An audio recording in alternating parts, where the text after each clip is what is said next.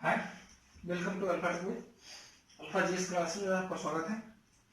आज जो है काफी महत्वपूर्ण चैप्टर पढ़ा रहे हैं। आज का चैप्टर जो है अपने आप में काफी महत्वपूर्ण है। तो आज का चैप्टर जो है हिस्ट्री का, मॉडर्न हिस्ट्री का बहुत ही इंपॉर्टेंट चैप्टर है।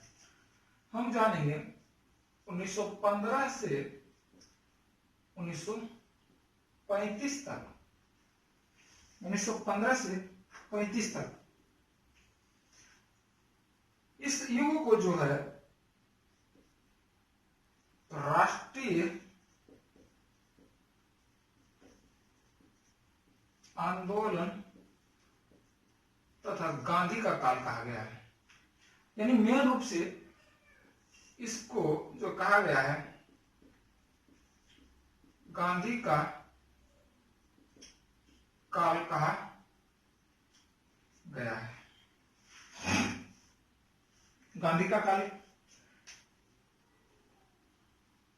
अब जो है ध्यान दें 1915 से 1935, 1915 से 1935, 1915 में महात्मा गांधी का 1915 में महात्मा गांधी का भारत आगमन हो चुका था।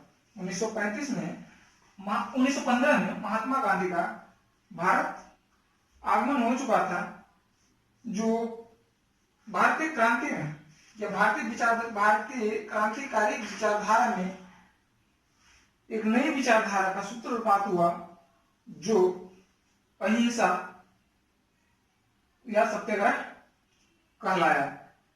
अहिंसा और सत्याग्रह से यह जो है परिपूर्ण था, जिसमें अहिंसा पर सर्वाधिक बल दिया गया।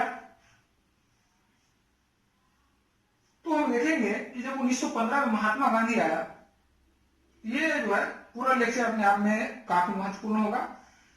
अगर आपको हिस्ट्री को नॉर्मल जो है लोग हिस्ट्री को पढ़ना नहीं चाहते, लेकिन अगर सीएससी के एग्जाम का तैयारी कर रहे हैं, सीएससी एग्जाम का प्रिपेयर कर रहे हैं, तो आपको इतिहास को पढ़ना या किसी भी विषय में अगर रुचि है यानी रुचि नहीं है, लेकिन फिर भी आपको पढ़ना पड़ेगा, क्योंकि जो है हर विषय ये सीएससी के लिए अपने आप में एक महत्वपूर्ण होता है। और इतिहास का जो विषय है वो काफी महत्वपूर्ण अपने आप में है। वैसे अगर इसको पढ़ा जाए सही से, तो आपको एक जो फिल्म देखते हैं फिल्म की तरह दिखेगा, यानी पूरा जो है फिल्म के जैसा ही महसूस होगा। तो हम पढ़ेंगे 1915 से महात्मा गांधी का जो है आगमन 1915 में हुआ।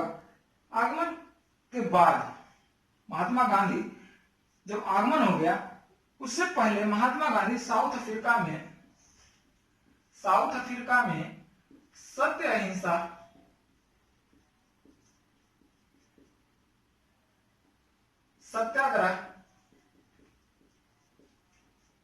सत्याग्रह नामक हथियार का प्रयोग कर चुके थे।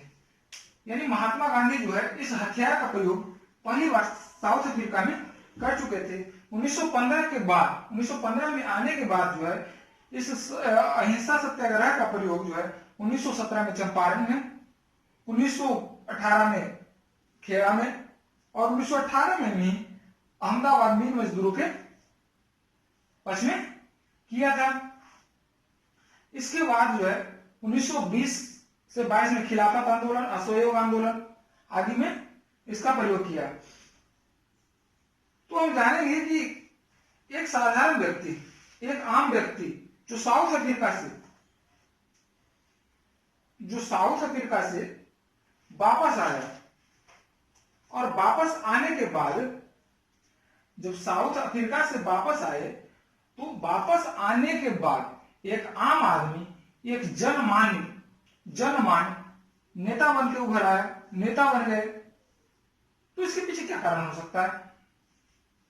इसके पीछे क्या कारण हो सकता है, या ये इसका क्या मजबूत पक्ष था, या जनता में क्या था कि जो हमें ये जो है एक छोटा से लेके छोटे व्यक्ति, यानी जिसको कहते हैं साधारण से व्यक्ति को एक बहुत बड़ा व्यक्ति बना दिया, जिसका परिणाम आज है जो महात्मा गांधी का जो फोटो है वो हम अपने किसमें देखते हैं, महात्मा गांधी का फोटो हम अपने नोटों में देखते हैं या जो भी ऐसे दस्तावेज उसमें हम देखते हैं। तो महात्मा गांधी आने के बाद सबसे पहले 1917 में महात्मा गांधी जब आए, जैसे कोई फिल्म चला, कोई एक्टर आया, ठीक है, कोई एक्टर आ गया, तो इस फिल्म में 1915 से 1935 तक का जो फिल्म है उसमें महात्मा गांधी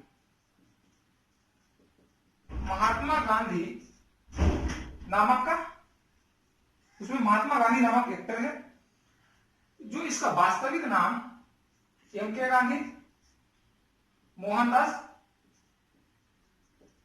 करमचंद गांधी से इस व्यक्ति को महात्मा गांधी तक, मोहनदास करमचंद गांधी को महात्मा गांधी बनने तक जो है कितने रास्ते में कितने अवरोध का सामना करना पड़ा, और इसमें कौन कौन से ऐसे कार्य जो एक मोहनदास को महात्मा गांधी बना दिया। तो जब महात्मा गांधी 1915 में भारत आए, उसी समय 1917 में बिहार के चंपारण में जो है नील बगान के मालिकों द्वारा वहां के मजदूरों को, वहां के किसानों को प्रताड़ित किया जा रहा था। वैसे ये जो है बिहार के चंपारण का नील मजदूर वाला था, ये मामला काफी पुराना था, जो अरसे से चला आ रहा था। जब हम जानते हैं कि 19वीं सदी में महत्वपूर्ण घटना क्या हो गया था? औद्योगिक क्रांति। औद्योगिक क्रांति व्यापक रूप से हो गया था। तो जो है जर्मनी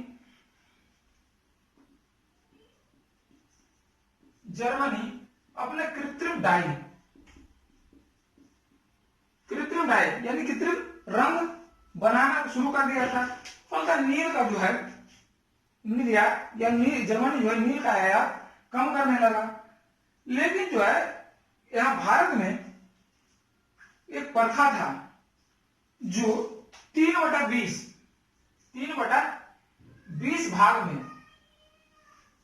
जितना भी जमीन है उसके 3/20, वैसे बिहार में जो कहा जाता है 20 कट्ठा 1 बीघा होता, 1 बीघा होता और ये कट्ठा यानी 20 कट्ठे में 3 कट्ठा का जो होता है नील का खेती करना होता था। नील का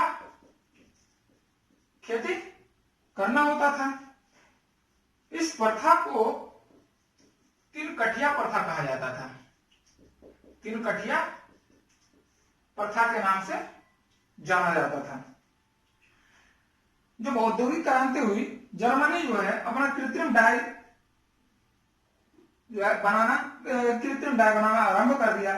फलतः नील का जो है आयात जर्मनी में बंद हो गया। लेकिन जो यहां था एक अनुबंध करा लिया गया था अंग्रेजों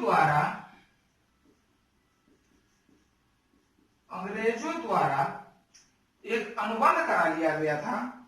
किसका? किसानों के साथ एक अनुबंध करा लिया था।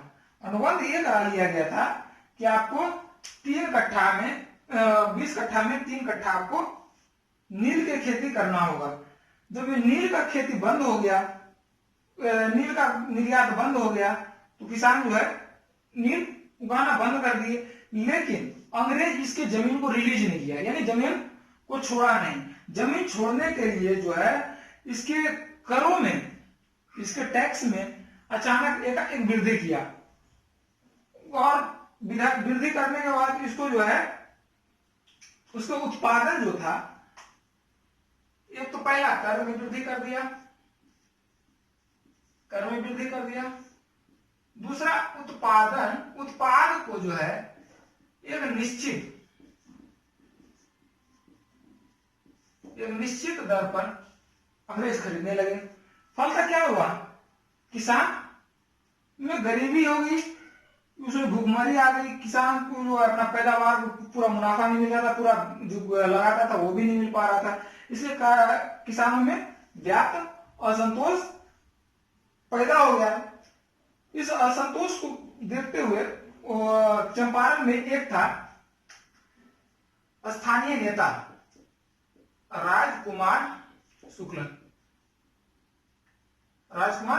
शुक्ल, जो कांग्रेस का स्थानीय नेता था। राजकुमार शुक्ल ने लखनऊ में गांधी जी से मिला। राजकुमार शुक्ल लखनऊ में गांधी जी से मिला। 1915 में गांधी जी का आगमन होने के बाद यह जो है कांग्रेस को ज्वाइन किया। कांग्रेस को ज्वाइन करने के बाद जो है कांग्रेस का 1917 तक कांग्रेस का एक गण्यमान्य नेता बन गया था। महात्मा गांधी 1970 तक गणमान्य नेता बन गए थे। राजकुमार शुक्ल जी जब मिले तो गांधी जी से बताया कि भाई हमारे यहाँ ऐसी ऐसी प्रथा व्याप्त है, चलिए हमारे यहाँ कुछ उपाय कीजिए, हमारे यहाँ को निजात दिलाइए, हमारे यहाँ के लोगों को निजात कर दिलाइए। फलतः गांधी जी जो है अपने अनुयायियों के साथ या अपने दोस्तों के साथ जो है कहा, चंपारण आ गए। इसमें इनके साथ जो है बहुत इंपॉर्टेंट क्वेश्चन है, इनके साथ जो थे डॉक्टर राजेंद्र प्रसाद, बहुत बार क्वेश्चन आ चुका है प्री में, डॉक्टर राजेंद्र प्रसाद। दूसरा मजहरुल हक, मौलाना मजहरुल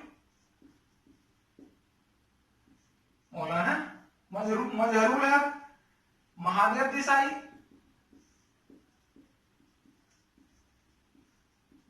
देसाई। चौथा जेबी कृपलानी और पांचवा नरहरि पारिक।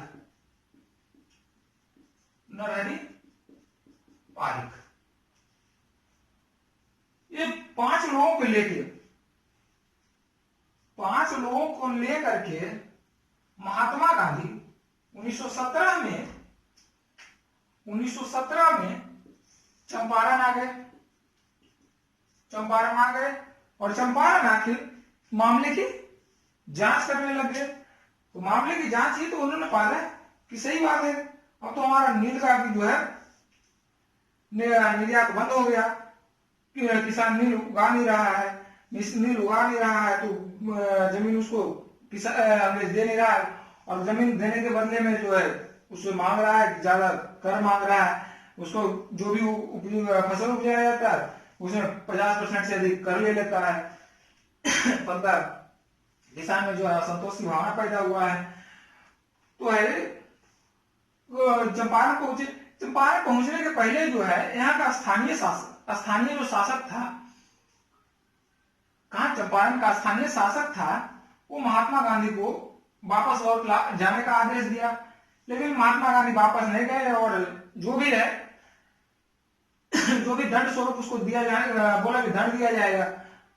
महात्मा गांधी बोले चलो भाई जो भी दंड देना है मैं देना, कोई दिक्कत नहीं है, जो भी दंड होगा हमें स्वीकार होगा, लेकिन हम वापस नहीं जाएंगे। और वहीं डटे रहे। इसमें एक सत्याग्रह का प्रयोग किया। तो एक क्वेश्चन आता है, महात्मा गांधी ने भारत में सबसे पहले सत्याग्रह का प्रयोग कहां किया? तो चंपारण में तिनकटिया प्रथा के विरुद्ध किया था। महात्मा गांधी ने एक सत्याग्रह आंदोलन शुरू कर दिया, मजबूर होकर के सत्याग्रह, चंपारण में सत्याग्रह आंदोलन शुरू हो गया। सत्याग्रह आंदोलन हो गया, चलो भाई अब एक्टर है अपना रोल में आ गया, अब आंदोलन करेंगे, सत्याग्रह आंदोलन शुरू हो गया। इस आंदोलन से जो है स्थानीय शासक मजबूर होकर के मजबूर हो गया और गांधी जी के साथ समझौता किया। गांधी जी के साथ समझौता किया। समझौते के बाद जो है स्थानीय सरकार एक आयोग का गठन किया। आयोग के गठन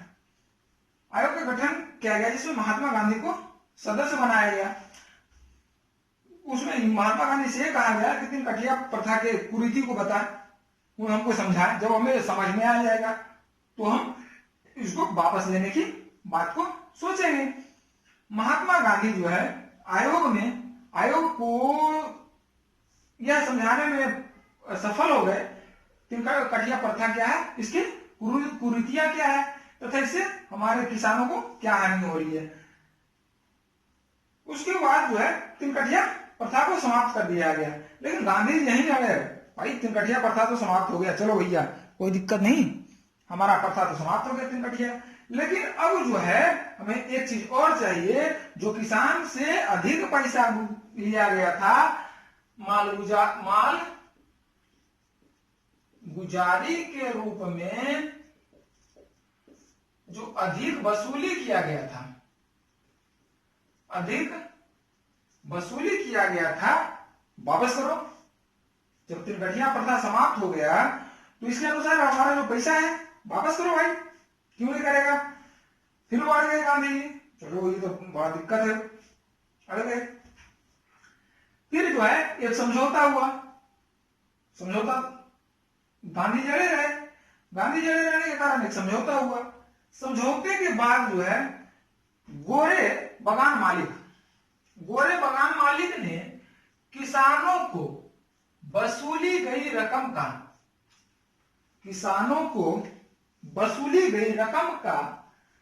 25% हिस्सा वापस लौटाने के लिए वसूली गई रकम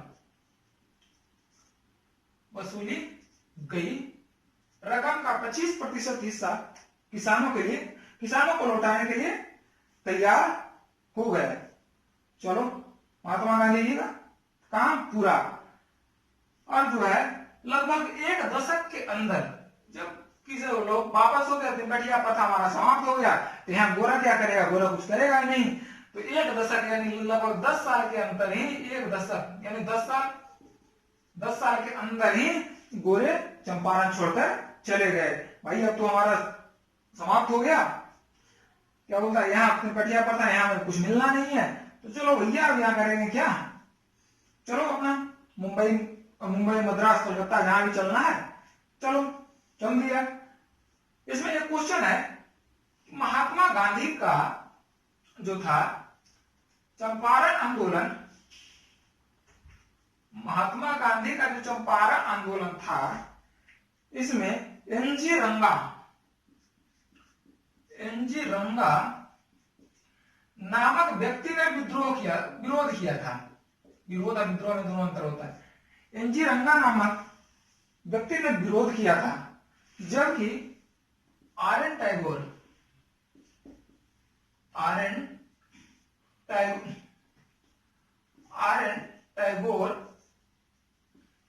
ने एम के गांधी को महात्मा की उपाधि प्रदान किया। आर एन टैगोर ने एम के गांधी को महात्मा की उपाधि प्रदान किया। चलो भैया अब तो गांधी जी का पहला फिल्म हिट हो गया, तो वैसे ही इसका भाव बढ़ जाएगा। चंपारण आंदोलन हिट हो गया, सरकार ने इसकी बात मान ली, तिनकठिया प्रथा समाप्त हो गया। यानी जो है हमारा एक्टर था एम के गांधी से बन गए महात्मा गांधी। महात्मा गांधी की पहली फिल्म तो हिट हो गई। जब पहली फिल्म हिट हो गई तब चले दूसरी फिल्म की तरफ। दूसरी फिल्म की तरफ देखते हैं भाई अब क्या हो रहा। तो है उसके बाद 1917 जब हिट हो गया तो 1918 में, चलो भाई 1918 आ गया। चंपारण सत्याग्रह के सफल होने के बाद गांधी जी तो गदगद हो गए कि हमें कोई दिक्कत नहीं है, हमें पहचान मिल गया, चलो। लेकिन अभी भी पूरा पहचान नहीं मिला था, लेकिन कांग्रेस में जिनका सीट था पक्का हो गया, यानी ये जो बल्लेबाज है अभी भारतीय टीम में खेलेगा। तो 1918 में अहमदाबाद मिल मजदूर का हड़ताल चल रहा था। अहमदाबाद में मिल मजदूर का हड़ताल चल रहा था। अहमदाबाद में मिल मजदूर का हड़ताल चल रहा था। किस लिए भाई? क्योंकि यहां जो है मालिक और मजदूरों के बीच जो था, मालिक और मजदूरों के बीच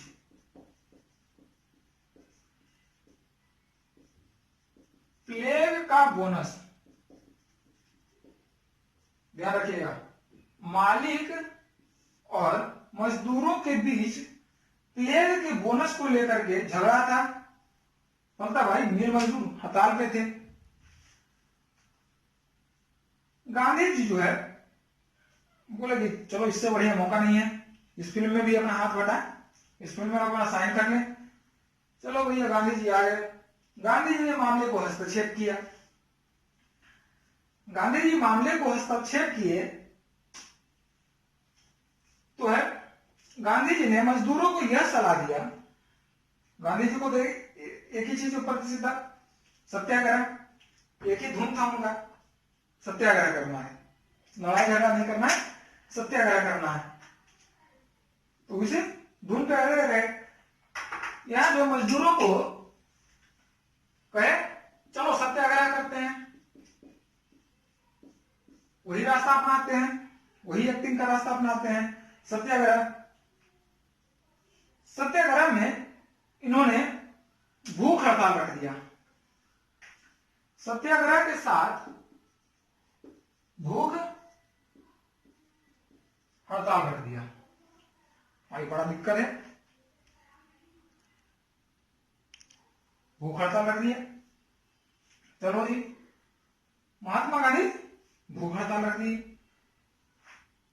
भूख हड़ताल जो है इतना व्यापक हुआ कि सभी मजदूर इस भूख हड़ताल में शामिल हुए। फलतः मिल मालिक को झुकना पड़ा और जो है प्लेग का बोनस देना पड़ा, जो कितना था 35%। समझौते के बाद जो है 35% बोनस दिया गया, 35% बोनस दिया गया। चलो भैया 35% बोनस मिल गया। गांधी जी का दूसरा फिल्म हिट, गांधी जी का दूसरा सत्याग्रह हिट हो गया। बड़ी खुशी की बात है, गांधी जी का दूसरा सत्याग्रह तो बिल्कुल हिट हो गया। इसमें एक और देखिएगा, एक मिल मालिक थे अंबालाल साराभाई, एक मिल मालिक थे अंबालाल साराभाई। इनकी बहन थी अनसुईया बेन,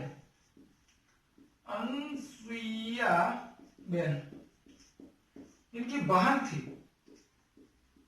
इन्होंने महात्मा गांधी को सक्रिय रूप से भूख हड़ताल में साथ दिया, सक्रिय रूप से भूख हड़ताल में साथ दिया।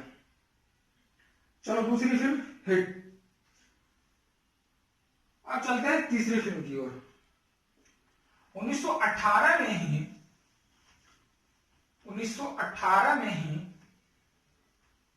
गुजरात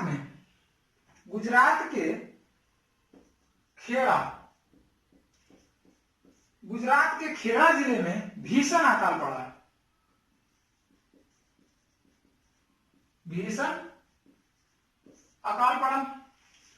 गुजरात के खेड़ा जिले में भीषण अकाल पड़ा इस अकाल के कारण फसल पूरी तरह बर्बाद हो गई। फसल पूरी तरह बर्बाद होने के कारण किसान के पास खाने के लिए अनाज तक नहीं था। फिर भी सरकार अपना माल गुजारी की वसूली पूरी जोरों पर रखा। जबकि राजस्व संहिता यह कहता है कि अगर किसानों का फसल का कुल उत्पाद के 1/4 भाग से भी कम हो, यानी अगर उत्पादन 1/4 भाग से भी कम हो तो कर माफ होगा। किसके अनुसार? राजस्व संहिता के अनुसार। लेकिन अंग्रेज कहे नहीं भाई, हम तो माफ नहीं करेंगे, हम तो माल गुजारी लेंगे, चलो माल गुजारी लेंगे। लेकिन जो है उसके पास रहेगा, किसान के पास तभी तो देगा, किसान के पास तो कोई है नहीं। फलतः क्या हुआ? किसानों में असंतोष की भावना पैदा हो गया। चलो जी, असंतोष की भावना पैदा हुआ, किसान माल गुजारी देने लायक नहीं। महात्मा गांधी का एंट्री, महात्मा गांधी यहां भी आ गए, महात्मा गांधी बोले, इसका तो 2 फिल्म भाई से पहले हिट था, तीसरा फिल्म भाई जबरदस्ती हम करेंगे। चलो महात्मा गांधी बोले कर नहीं देना है,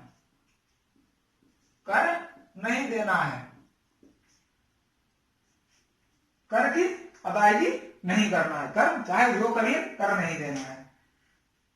चलो इसमें इनका साथ दिए, जो कर नहीं देना है, खेड़ा जिले के ही युवा जो थे वकील वल्लभ भाई पटेल युवा अधिवक्ता थे। इन्होंने कहा कि चलो जी गांधी जी, हम आपके साथ हैं, हमें भी सहायक अभिनेता के रूप में रख लीजिए। वल्लभ भाई पटेल वकील थे ही, ये महात्मा गांधी के साथ हो गए। चलो वकील दोनों साथ। चलो हुआ कर नहीं देना है, सरकार भी कहां मानने वाला था, इसने दंडात्मक नीति अपनाया, लोगों से जमीन छीन ली, कुर्की कर लिया, संपत्ति की कुर्की हो गई। मवेशी जो थे जानवर, मवेशी को जब्त कर लिया, लेकिन किसान जो है अड़े रहे कि नहीं, हमको नहीं देना है कर।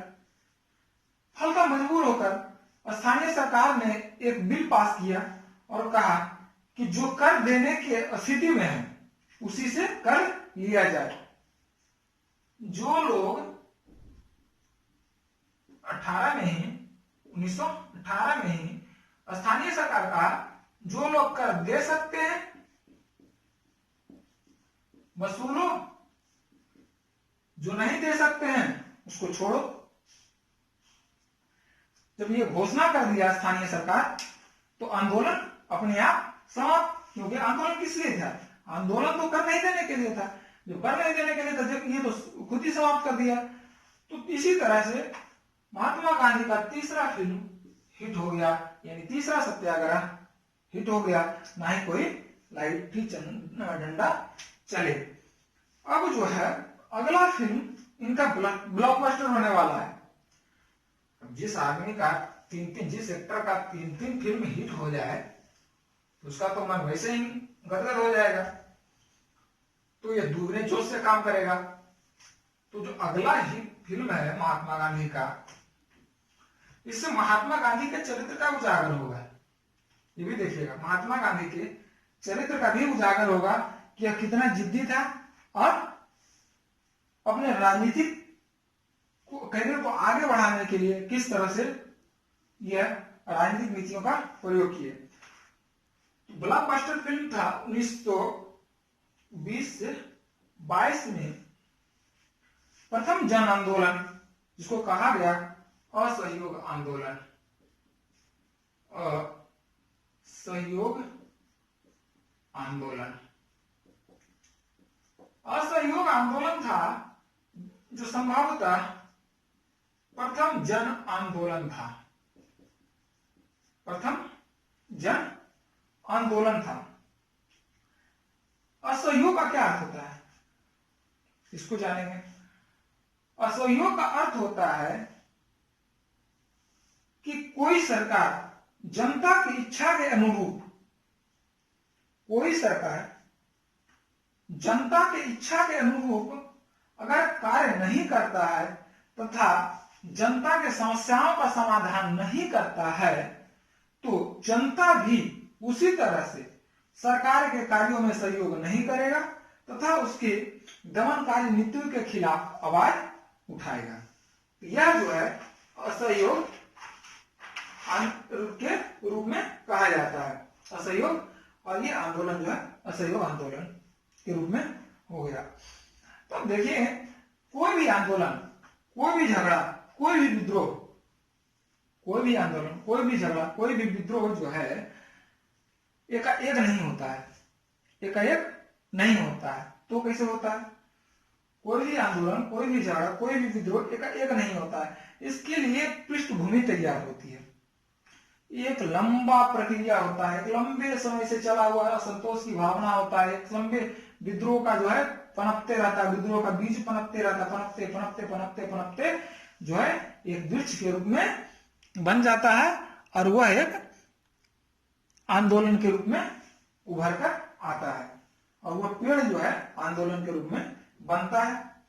तो इसी तरह से था असहयोग आंदोलन का जो बीज है काफी दिनों से पनप रहा था, इसको हवा नहीं, इस आग को जो है हवा नहीं मिल रही थी, लेकिन यह जो आग था धीरे धीरे धीरे धीरे धीरे धीरे चिंगारी से धीरे धीरे सुलग रहा था।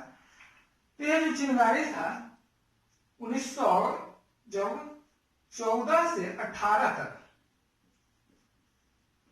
क्या हुआ था? 1914 से 1918 तक प्रथम विश्व युद्ध हुआ था, प्रथम विश्व युद्ध हुआ था। तो इस समय जो है भारत किसकी ओर से लड़ा था? ऑटोमेटिक है इंग्लैंड की ओर से लड़ेगा। तो जब इंग्लैंड की ओर से लड़ा था तो जो है उस समय यहां का सचिव कौन था? मॉन्टेग्यू, भारत का सचिव मॉन्टेग्यू ने घोषणा किया था कि भारत को युद्ध के समाप्ति के बाद स्वशासन प्रदान करेंगे, स्वशासन प्रदान करेंगे। फलता सब खुश हो गया कि भाई हमारा जो दमनकारी नीति है वो समाप्त हो जाएगा। जब ये समाप्त हो जाएगा, बल्कि जब भी समाप्त हो प्रथम विश्व युद्ध, हमें तो अपना स्वशासन मिल जाएगा, हमें कोई दिक्कत नहीं होगा। फलता गांधी जी जो है सभी लोगों से जाके जनमानस में जाके अपील करने लगे कि चलिए हमें जो है अपना इसमें अंग्रेजों को सहयोग करें, अंग्रेजों को सहयोग कीजिएगा, तब फिर आपको वहां मिलेगा स्वशासन मिल जाएगा, जिसे हम अपना शासन स्थापित करेंगे। लेकिन जब युद्ध की समाप्ति हो गई 1918 में जब युद्ध की समाप्ति हो गई तो न तो स्वशासन मिला, न तो शासन मिला, और ना ही ना तो स्वशासन मिला और ना ही क्या कोई रियायत मिला, कोई रियायत मिला। भाई जिसके लिए हम किए वो तो मिला ही नहीं, बड़ा दिक्कत है, असंतोष होगा। कोई भी अगर जिसके लिए हम उसको काम करवाएं और वो चीज हम दे ही नहीं, जैसे किसी को हम काम करवाएंगे पैसे के लिए, पैसे देंगे ही नहीं, तो असंतोष की भावना तो व्याप्त होना अनिवार्य है। तो जो है यह जो असंतोष आंदोलन की पृष्ठभूमि यानी बीज को बो दिया, यानी बीज को तैयार कर दिया। इसी समय हुआ 1917 में रूसी क्रांति। 1917 में रूसी क्रांति। 1917 में जब रूसी क्रांति हुआ तो साम्राज्यवाद का अंत हो गया। 1917 में रूसी क्रांति के बाद साम्राज्यवाद का अंत हो गया। साम्राज्यवाद का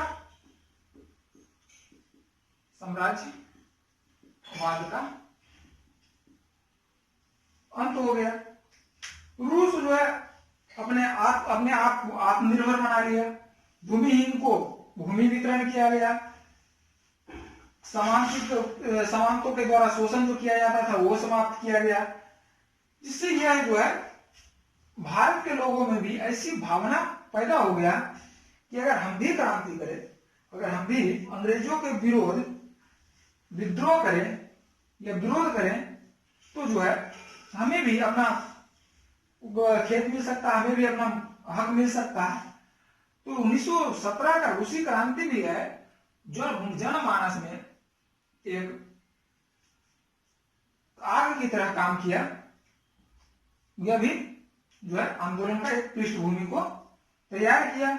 इससे जो है बुद्धिजीवी वर्ग, निम्न वर्ग और मध्यम वर्ग सभी लोग इससे प्रभावित हुए और आंदोलन का एक पहलू फिर आगे बढ़ा।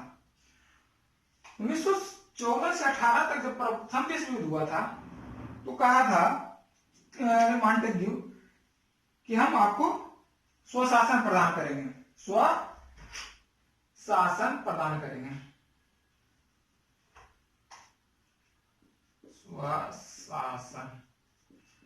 स्वशासन प्रदान करेंगे। लेकिन प्रदान नहीं किया। बदले में क्या मिला? 1919 का अधिनियम, 1919 का अधिनियम।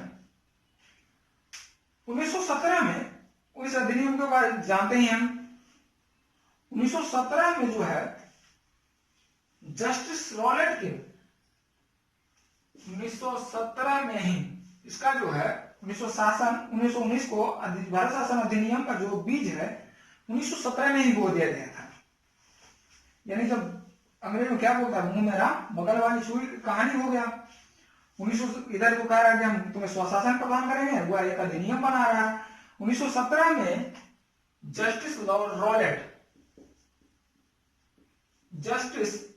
रॉलेट की अध्यक्षता में जो है एक आयोग का गठन किया गया जो भारत में बढ़ रही आतंकवादी गतिविधि नियंत्रण, यानी भारत में बढ़ रही आतंकवादी, तो अंग्रेजों की भाषा में आतंकवादी, भारतीयों की भाषा में क्रांतिकारी गतिविधि,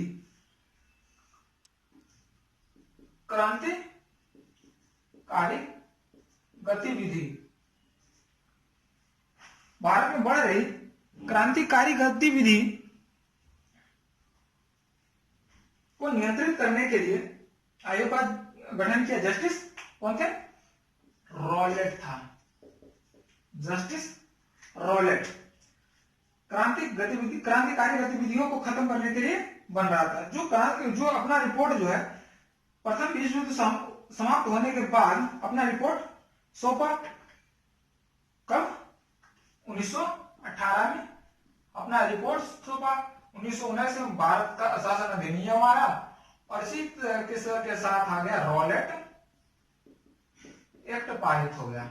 रॉलेट एक्ट पारित हो गया। जब रॉलेट एक्ट पारित हो गया तो कांग्रेस वाले को तो भाई मुंह से आवाज ही ना निकली। ये क्या हो गया? गांधी जी को खास करके गांधी जी ने दौड़ दौड़ के कहा था कि भाई अंग्रेजों को साथ दो, अंग्रेजों का साथ दो, ये हमारा साथ देंगे। लेकिन क्या हो गया? ये तो पूरा बेकार हो गया। अंग्रेज तो अब हमारे ऐसी कानून रॉलेट एक्ट के तहत ले आए। रॉलेट एक्ट में क्या था? रॉलेट एक्ट में था कि जिस बिना वारंट के, रॉलेट एक्ट के तहत बिना वारंट के किसी की तलाशी ले जा सकती थी, बिना वारंट के किसी की तलाशी ले जा सकती थी। अगर साक्ष्य अमान हो, इनवैलिड हो, उसको वैलिड जबरदस्ती बनाया जाता था। बंदी प्रत्यक्षीकरण को समाप्त कर दिया गया था। अगर किसी को संदेह हो तो भी व्यक्ति को अरेस्ट कर लिया जाता था। और उसमें एक और था कि जैसे कोई न्यायालय अपना जजमेंट देता था, उस जजमेंट के विरुद्ध कहीं भी अपील नहीं की जा सकती थी। ऐसा कठोर कानून बन गया था किसके तहत? 1919 में रॉलेट एक्ट के तहत। ठीक है। इसी का जो विरोध कर रहे थे पंजाब के अमृतसर में जालियांवाला बाग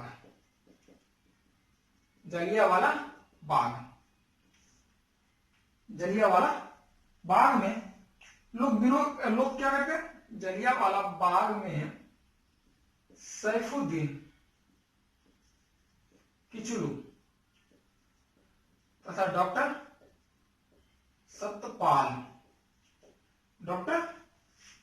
सतपाल की गिरफ्तारी का विरोध जताने के लिए, विरोध कर नहीं रहे थे, विरोध जताने के लिए अमृतसर में 13 अप्रैल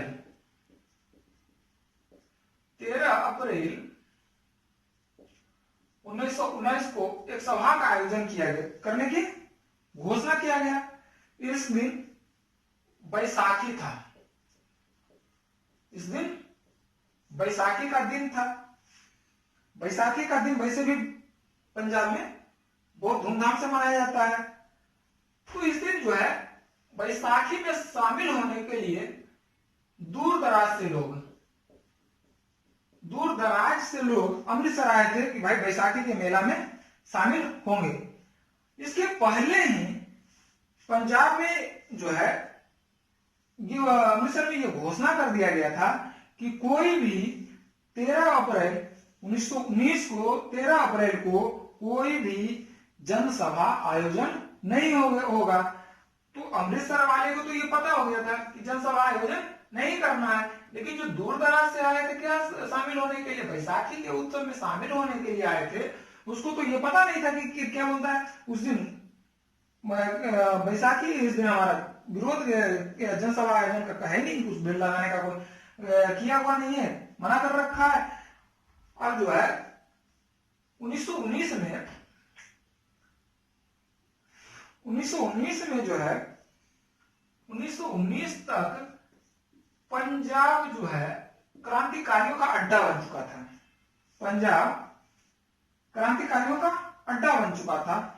इसीलिए यहां जो है जनरल डायर जो काफी कुख्यात था पहले से, जनरल डायर की नियुक्ति किया गया था ताकि ये क्रूरता पूर्वक आंदोलनकारियों को, क्रांतिकारियों को दमन कर सके। तो जनरल डायर ने घोषणा कर दिया था कि 13 अप्रैल को कोई भी जनसभा का आयोजन नहीं किया जाएगा। लेकिन बेचारे दूर दराज वाले क्या करेंगे, उनको तो पता ही नहीं, ये बैसाखी के उत्सव में शामिल हो जाए। फलतः 13 अप्रैल जब 1919 को जालियांवाला बाग में जो है भीड़ इकट्ठा हुई। कुछ लोग आए थे, कुछ लोग आने के बाद जो दूर दराज के लोग जब देखे, कोई भी देखता है कि भीड़ है तो भीड़ के पास और भीड़ जाता है। फलतः जो है यहाँ जालियांवाला बाग में भीड़ बढ़ गई।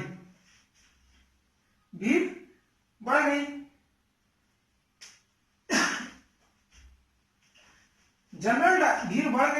वहां काफी संख्या में लोग इकट्ठे हो गए क्योंकि बैसाखी वाले, चलो क्या हो रहा है, गांव वाले भी क्या हो रहा है हम भी देखते हैं। जालियांवाला आ गए। जनरल डायर ने अपने सिपाहियों को लेकर के इस जालियांवाला बाग में निहत्थे लोगों पर तब तक गोलियां बरसाई, बिना आदेश दिए तब तक गोलियां बरसाई जब तक कि उसके सिपाहियों के पास गोली खत्म नहीं हो गया। जब तक गोलियां बरसाई जब तक कि उसके सिपाहियों के पास गोलियां खत्म नहीं हो गई। इसमें लगभग 1000 लोग, इससे ज्यादा मारे गए थे और 3000 लोगों से ज्यादा घायल हुए थे, जिसमें जो है दूर दराज के गांव के देहात के लोग जो है सर्वाधिक थे।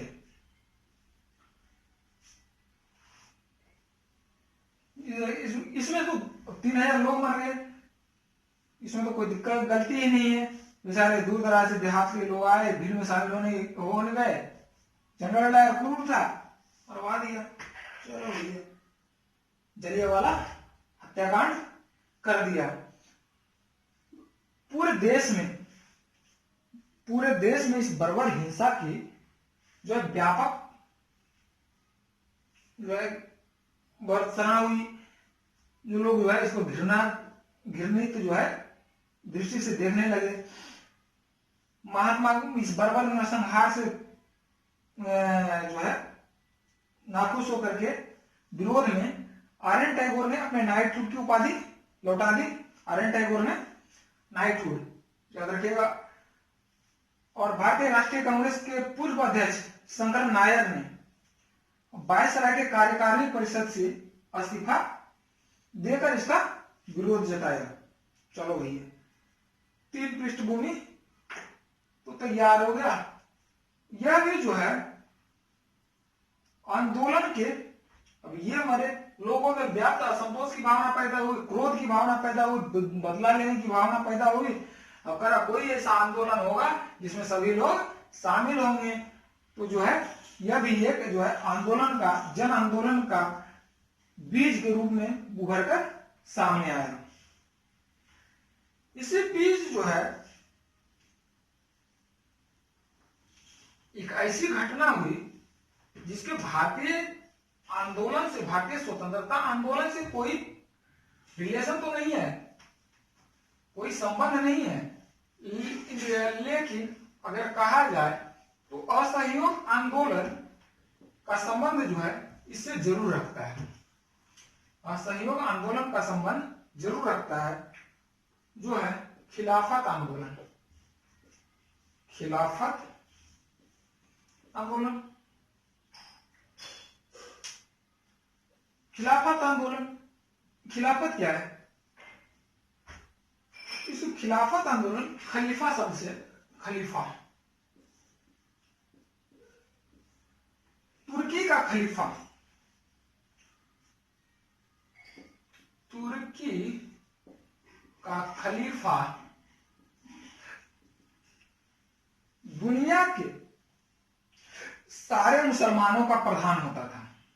तुर्की का खलीफा दुनिया के सारे मुसलमान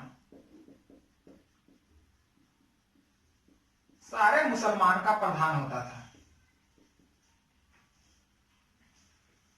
लेकिन हम ये भी जानते हैं कि तुर्की जो है इंग्लैंड के विरुद्ध जर्मनी के साथ लड़ा था। प्रथम विश्व युद्ध में किसके साथ था? जर्मनी के साथ था। जर्मनी के साथ रहने के कारण ये जर्मनी का प्रथम विश्व युद्ध में हार हो गया था। लेकिन जो है भारत में मुसलमान से मॉन्टेग्यू ने, मॉन्टेग्यू कौन था? सचिव भारत का, यह वादा किया था कि जब हमारी जीत होगी तो हम खलीफा के पद का सम्मान करेंगे, खलीफा के पद का सम्मान करेंगे। लेकिन जब 1918 में प्रथम विश्व युद्ध की समाप्ति हो गई तो 1920 में सेवरा की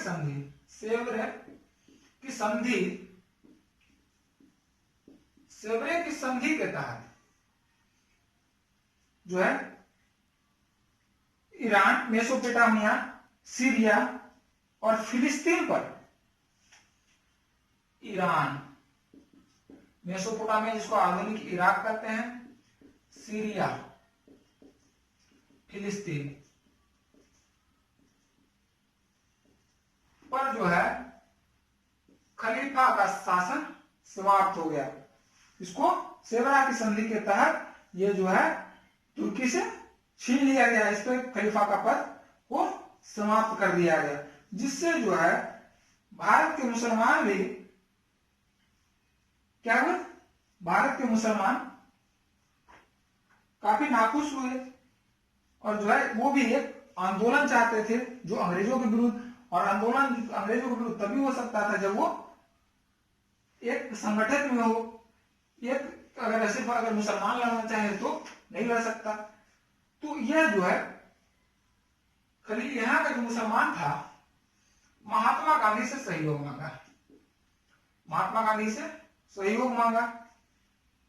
महात्मा गांधी बोले चलो भाई हम सहयोग करेंगे, क्यों नहीं करेंगे, लेकिन जो है हमारा एक प्रस्ताव है, वह प्रस्ताव जो है असहयोग प्रस्ताव है। इस प्रस्ताव को अगर मानते हो तो हम तुम्हारे साथ हैं, तो हम तुम्हारे साथ हैं। महात्मा गांधी के इस असहयोग आंदोलन का प्रस्ताव 1920 में खिलाफत